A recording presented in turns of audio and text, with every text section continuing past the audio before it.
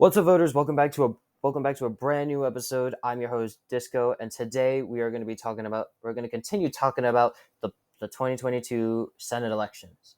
Now, last time we left off, we were talking about Nevada, Catherine Cortez Masto versus Adam Laxalt. Now, where we left off, I classified this race as a tilt Republican state due to multiple polls showing that she was leading just about 2 points, which shows that she is more likely to lose. Because remember, we got to add that Republican poll effect. Now, it does look like, though, based off Real Clear Politics, it shows that the lead has been shifting back and forth from Masto to Laxalt, and the weird L is highlighted for some reason. I think that might be my lamp. I don't know. Why is the L highlighted? I don't know. But either way, let's continue on. But yeah, that's my prediction. That's where I think it's going to go. Now, the two next Senate elections are, I know I talked about last night, the possibilities of flipping for Democrats and Republicans, but I've never talked about I've never got the chance to talk about races that are going to stay the same or look weird. Well, I'm talking about Alaska. Incumbent Senator Lisa Murkowski is vying for a fourth term, I believe. That is the House. We know how that went. Well, 2010. Let's go here. 2010, 1990, 1998. Okay. All right, Lisa Murkowski, she first won her Senate seat in 2004. I think she was appointed.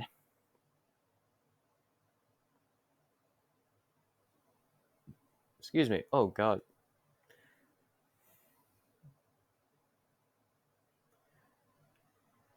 Yep, she was appointed. And then won a full term in 2004. She then got out primaried in 2010 by former Republican Joe Miller, and she won a write-in campaign in Alaska. In a Republican wave year, where Republicans were supposed to garner a huge portion of the votes, Murkowski won a write-in campaign. That shows how popular she is in Alaska. And mainly she won Democratic counties, I might add. Then 2016, no primary effect. She is the only Senate candidate I know who has won 3 terms but never crossed 50%. Weird. But now she's vying for was her first term, was her second term, third term. Now she's vying for a 4th term. But this year will be an uphill battle. She voted to convict Donald Trump in 2021 when Trump incited a violent mob into the Capitol on January 6, 2021. Well, we'll take the 10 or 11 House Republicans that voted to impeach Donald Trump or who have been an outspoken critic. Only one is remaining. But this just shows how powerful Trump can be. If you go against him, you are more like your political career is over. Take Liz Cheney, for example. Liz Cheney she won her election by 44 points. Then voted to convict Donald Trump, voted to impeach Donald Trump. Then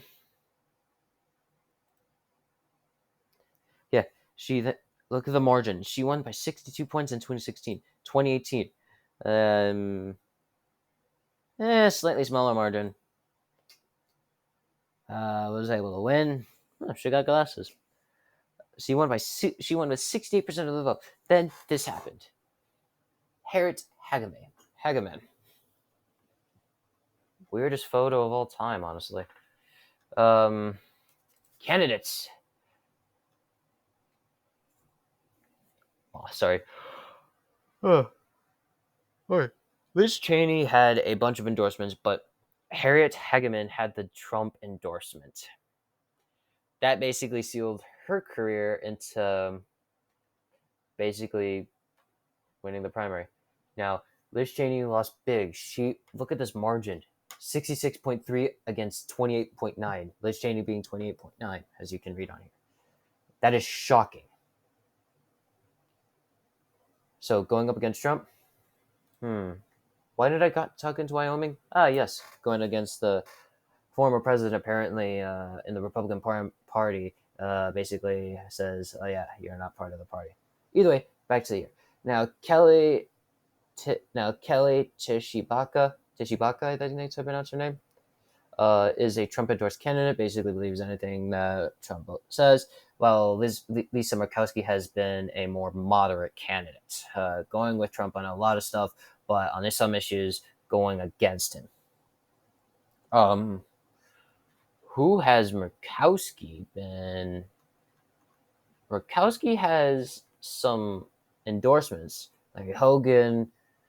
There's been John Thune, the senator of South Dakota. So Rick Scott endorsed Murkowski. Dan Sullivan, John Cornyn. So even with people going against, even Lisa Murkowski going up against Trump, she's still quite popular in the Republican Party, Republican Alaskan Party. Even as a Democrat. Wow, 2 Democrats I see. So let's be clear. The Democrat is not going to win. There's no way a Democrat is going to win. I'd be shocked if that was the case. But the chances of Murkowski losing is in the realm of possibility. Now, if she were to lose, that would be a step for a dying democracy in America.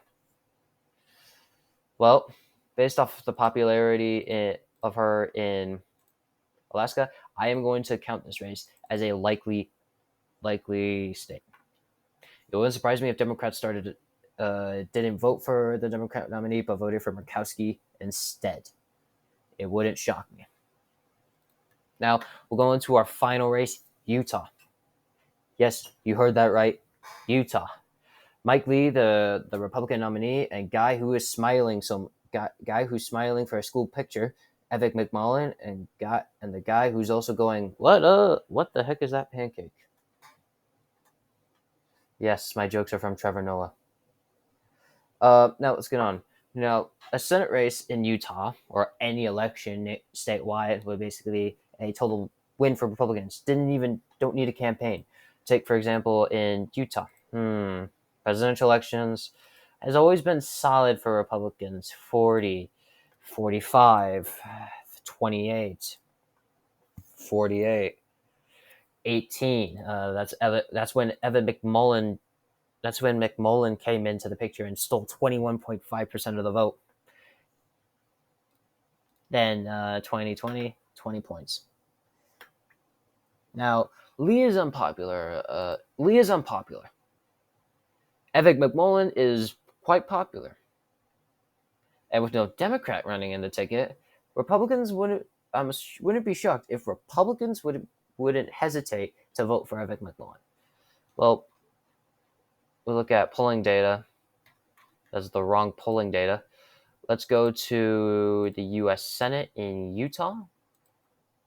If everything works with me, Lee started off with a pretty good lead, 9, then got to single digits, but now it's a 7-point lead. It is a single-digit lead for Lee. Now, I am going to characterize this as a likely state, but it wouldn't shock me if later in the election cycle, I move this to a solid seat. Because remember, Trump was leading Utah by 9.8, yet won it by 20. That shows that the qualities of the polling data is not great, even with real clear politics. And if, my God, I pulled up to the governor races first. It does that. We show Lee leading within single digits, even going to a lean margin. So there is a slight chance of McMullin winning, but Lee is more likely to win. due to polling data. Now this is our final map: 50 seats for the Democratic Party, 50 seats for the Republican Party. Kamala Harris, the vice president, would be the tiebreaker vote. So therefore, Democrats would keep the Senate in their control with one net gain, and Republicans getting one net gain. So therefore, a net gain of 0. So yeah, is this subject to change? Yes. It wouldn't surprise me within the next 40 days this changes, because there's so many things going on right now, so many things in our lives, the economy, the abortion rulings, the Supreme Court making some other rulings that could affect people. So yeah, I will make another video on this. I promise it. I promise on that. But yeah, we'll see in time. Time will tell. My watch is just telling me nothing. But still.